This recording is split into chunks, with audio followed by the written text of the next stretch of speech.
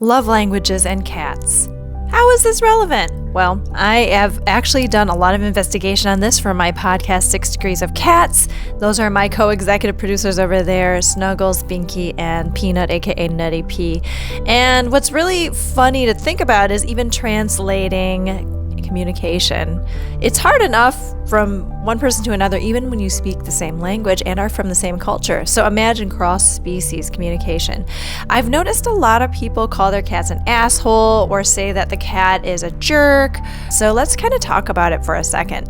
We expect cats and other species to behave like dogs. There's a lot of limitations for that. So basically, dogs were domesticated 15,000 years ago for a very specific purpose. Humans in the past saw dogs as tools and weapons, and they kind of continue to function in that way, although we've moved out of that model. I also think that it has to do as well with how people trained those dogs to mimic and mirror and cater to the needs of the more dominant animal, which would be humans. So frankly, those animals have been carved and shaped to communicate very specifically around a very specific need. Whereas cats, also domesticated, it's a false dichotomy that cats are not domesticated. I interviewed a really amazing leading researcher in domestication of animals who said it's a spectrum, it's a conversation. And if you expect one species to behave the exact same way if they're domesticated as the other, that's a misunderstanding of the entire concept of domestication.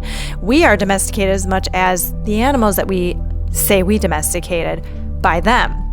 By which I mean, cats were domesticated a bit more recently. I think the research shows maybe 6,000 to 8,000 years ago. It's very hard because nobody really was writing this down. So you might have had a lot of cats who were hanging around with humans the same time as dogs. It's just nobody was using them the same way, which kind of makes sense. I mean, if you've had a cat, they're just not built to do the same kind of things that dogs do for various reasons.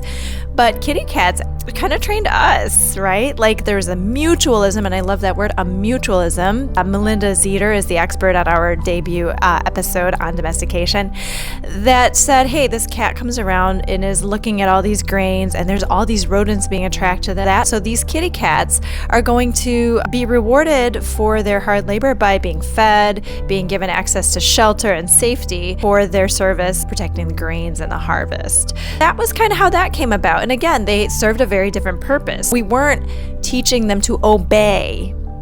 And obedience is a huge factor in all of the psychological research we have.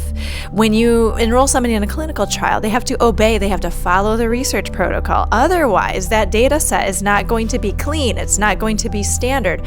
It's helpful to have that kind of data set. Unfortunately, it's kind of unrealistic when it comes to, well, bringing it back to kitty cats and love languages and communication.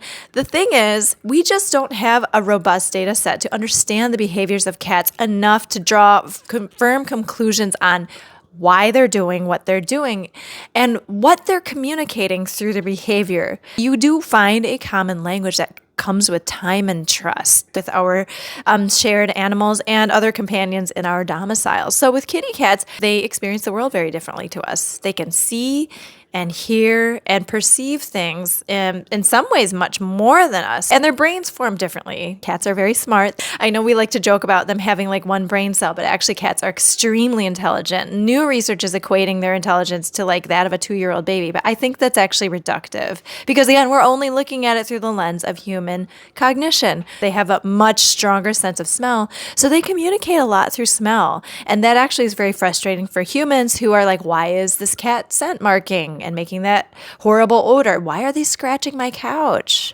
Those are related, actually. And we talk about that in my Love Languages episode in season 1. Another thing is noise. There's a reason that cats might be not responding well at like a party. It's not that they're introverted per se. Cats are actually very social. They're just social in different ways than dogs and humans are. Again, let's check our biases.